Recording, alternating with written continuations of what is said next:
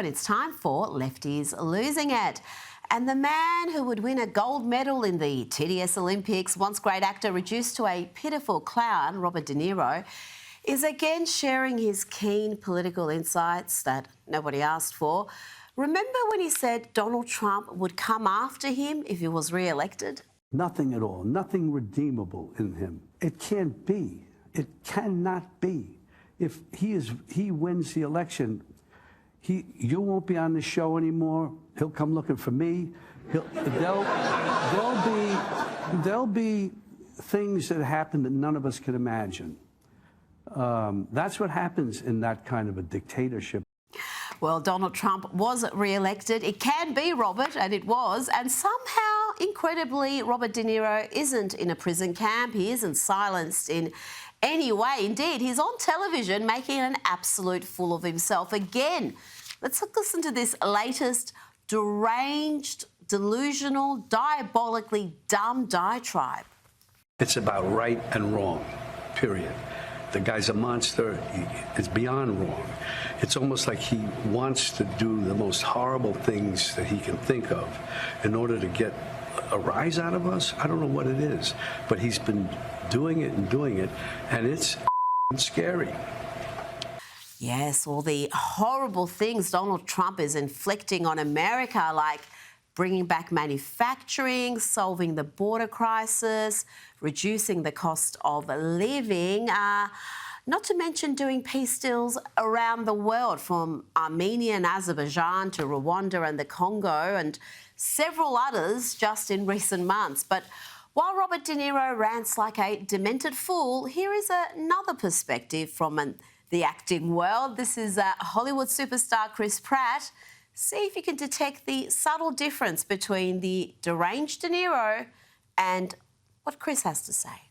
I'd hate to be so mired in hatred for the president that any success from his administration is something I'd have an allergic reaction to. To be like, oh, well, if they do it, I don't want it to happen. I'll put Clorox in my children's cereal myself. Or, you know, say, come on, be reasonable here. There's certain things that would be a good thing to have. I want them all to be successful. Now, let's marvel at Charlie Kirk embarrassing Oxford students during a debate about whether Donald Trump has gone too far. I could play you a whole program of this sort of content, but this next 25-second clip sums it all up. Trump has deported American citizens to camps without fair trial, but the opposition will still tell you he has not gone too far. I'll give you £1,000 right now if you could tell me the U.S. citizen that was deported under Donald Trump. Yeah, the U.S. citizen that was deported under Donald Trump. Can anyone tell me £1,000? I'll give it to you right now. Yeah, name? Wrong, not a U.S. citizen. A citizen of El Salvador. Anyone else? U.S. citizen deported under Trump. Nope, that was a lie. You should know better than that. You go to Oxford. Perhaps Oxford can welcome this next academic who is fleeing America to do her science, as she calls it, in a better country. I'm an associate professor at the University of California institution, and I'm starting TikTok because I'm going to flee the United States with my family to start a life and do my science. I study climate change and sustainable seafood. To DC now, and here is a masterclass in how to handle lefties losing it. You point at them, you explain why their position is absurd, and then you laugh. Let's see Vice President JD Vance and Defence Secretary Pete Hegseth demonstrate that perfectly.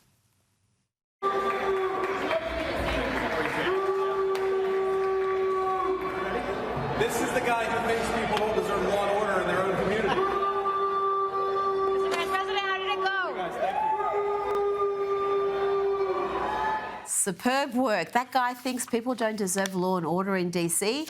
And you know who else thinks that? It's the media. And here JD Vance treats a stupid question from the media with the disdain it deserves. I'm sorry? Polls show that a majority of D.C. residents don't support the Guard here. So what's your message to the majority of D.C. residents? I'm highly skeptical that a majority of D.C. residents don't want their city to have better public safety and more reasonable safety standards within Washington, D.C. I don't know what poll you're talking about. Maybe the same polls that said Kamala Harris would win the popular vote by 10 points. And White House Deputy Chief of Staff Stephen Miller had a Word of advice for, and I quote, the stupid white hippies who are demonstrating against the law and order crackdown in DC. All these demonstrators that you've seen out here in recent days, all of these elderly white hippies, they're not part of the city and never have been. And by the way, most of the citizens who live in Washington, D.C. are black. This is not a city that has had any safety for its black citizens for generations. And President Trump is the one who is fixing that with the support of the Metropolitan Police Department, the support of the National Guard, and our federal law enforcement officers. So we're going to ignore these stupid white hippies that all need to go home and take a nap because they're all over 90 years old, and we're going to get back to the business of protecting the American people and the citizens of Washington, D.C. Joining me now is President of the Centre of the American Experiment, John Hinderaker. John, we will get to the peace talks shortly, but let's start with the Democrats, and they are in crisis mode with data showing the party is bleeding support. The New York Times reports that in the 30 states that track voter registration by political party, Democrats lost ground to Republicans in every single one between 2020 and 2024. And in some states, by quite a lot, the four-year swing towards the Republicans adds up to 4.5 million voters. John, that is grim for the Democrats, with the Times also reporting that the party saw some of its steepest declines in registrations among young voters, and Donald Trump has been instrumental in that. Rita, the Democrats really are panicking, in part because that report comes from their newspaper, the New York Times. And as you say, 30 out of 30 states, it's a nationwide trend, and it's strongest among young people and also among minorities. And that's a key point, too, because the Democrats' strategy has been to build a permanent winning coalition that's based primarily on minority voters. That strategy right now is not looking good at all. And so, yeah, the Democrats really are in a panic. John, the New York Times analysis also shows that this trend is not new. It's been evident for months, for years, in fact. In 2018, Democrats accounted for 34% of new voter registrations nationwide. Republicans were only 20%, but by 2024, Republicans were overtaking the Democrats among new registrants. Can the Republicans maintain this momentum beyond Donald Trump? I think so, Rita. Donald Trump is really the candidate of common sense, and I think there are others who can pick up that mantle and carry it effectively. The Democrats' problem isn't so much Donald Trump as it is the fact that they've gone crazy on the issues. They're pro-crime. They have this whole trans thing going on. Absolutely no restraint when it comes to spending. And so it seems to me that even after Donald Trump is gone, in order to come back, the Democrats are going to have to become a more mainstream party on the issues. Well, talking about going crazy, let's hear from MSNBC pundit Molly Fast. If the Democrats listen to this advice, John, then they deserve what's coming. Why are Democrats not... why are the polls bad? Why are they not breaking through? And I think it's a couple things. I think one is the people who are breaking through are brave, right? They talk like humans. They make the case. Chris Murphy, Sherrod Brown, Mondami. These people, AOC, they're not all exactly the same politically, but they are the same in the fact that they're brave and they break through. I'd argue they are all the same politically, John. There you go. You got Mamdani and AOC. Are they the solution to the Democrats' problems? Yes, Rita, they're the same. They're socialists. We've got one here in Minneapolis, where I live. There's a guy named Omar Fateh, who's an avowed socialist, who's running and is now the favorite to become the mayor of Minneapolis. And I don't even understand the idea of being a socialist. I mean, America is not going to become a socialist country, and New York is not going to become a socialist city. This is a kind of a luxury that certain voters who are limited to blue urban areas can indulge. But outside of that handful of blue urban areas, there is no support for this kind of far leftism.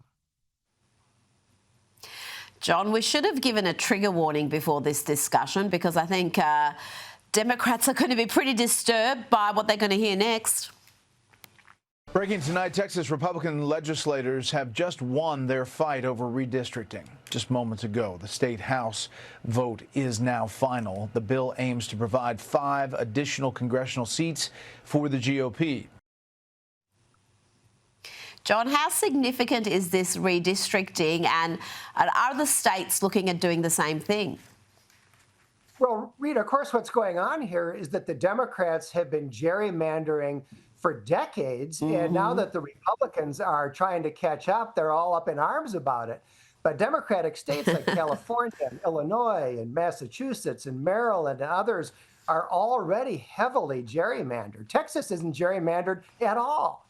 And so it's going to be very difficult for the Democrats to respond effectively to this because they've already wrung about as many seats as they can out of the states that they control. That is exactly true, and the absolute meltdown over the Republicans starting to do what they've been doing for years has been very amusing to observe. Now, let's discuss the extraordinary talks of the past week, starting with the Alaskan summit between President Trump and Vladimir Putin that saw European leaders fly to the White House within 48 hours and in the hopes that a lasting peace agreement could be struck between Russia and Ukraine. But VP JD Vance has made it clear that it is Europe that must carry the burden, that cannot continue to rely on the US to play the leading role. Well, I don't think we should carry the burden here. I think that we should be helpful if it's necessary to stop the war and to stop the killing. But I think that we should expect, and the president certainly expects, Europe to play the leading role here. But no matter what happens, no matter what form this takes, the Europeans are going to have to take the lion's share of the burden. John, is Europe up to the task?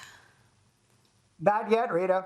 To be fair, they've made significant strides really since the first Trump administration. He's been leaning on them to improve their defense capabilities, and they have made some pretty serious efforts in that direction. But I think the more significant point as far as Ukraine is concerned is, no, the Europeans are not yet ready to really take on that burden. But the United States is participating in the security guarantees that are being given to Ukraine. We are not going to have soldiers on the ground, but I believe that the agreement is going to provide that the U.S. will provide air cover to protect Ukraine. And Rita, no one wants to mess with the United States Air Force. No, absolutely not. What do you think about the plan to bring Putin and Zelensky together? Donald Trump has said he wants them to have a face-to-face meeting to hash this out. Do you see that as feasible? Well, it's really up to them, Rita, but I think it should be feasible. They are the ones that have to solve this problem. They are the ones, they hate it. They both hate, having to make a peace agreement, but they've got to do it. They're the only ones who can do it. And I think Trump is right to say that the time has come for these two guys to sit down face to face and hammer out an agreement that neither of them is going to like, but that both of them can live with. John, let's hear from Keir Starmer now, who bizarrely claims that there is not a family in the UK that has not been personally impacted by the Russian-Ukrainian war. The war in Ukraine has had a huge impact, particularly on the Ukrainians who've borne the brunt of it, but it's also had an impact on Europe and on the United Kingdom. There's not a family or community that hasn't been affected. John, these European leaders have had 3.5 years to do something about ending this war. It looks like the Trump administration will have to play a leading role in securing lasting peace. Well, Rita, we need to have a lasting U.S. presence. You know who else had 3.5 years to address this problem? Joe Biden did. And of course, he did. Well, of course, yeah. Nothing. And nobody thinks that people like Starmer and Macron are really going to be able to contribute a great deal here. At that session they had at the White House a few days ago with all of the European leaders present, the president of Finland said, we've made more progress in the last 2 weeks than we'd made in the preceding 3.5 years. And Giorgia Meloni, who I like a lot, said, yeah, something has changed. Well, I think we all know what the something is. The something is Joe Biden is off in a rest home somewhere, and Donald Trump is in the White House. And I'm hopeful, Rita. It's up to the parties. It's up to Ukraine and Russia. They're the ones that have to make the deal. But I'm hopeful that we are finally going to see peace in Ukraine. I'm hopeful too. John Heinderacre, thank you so much for your time tonight.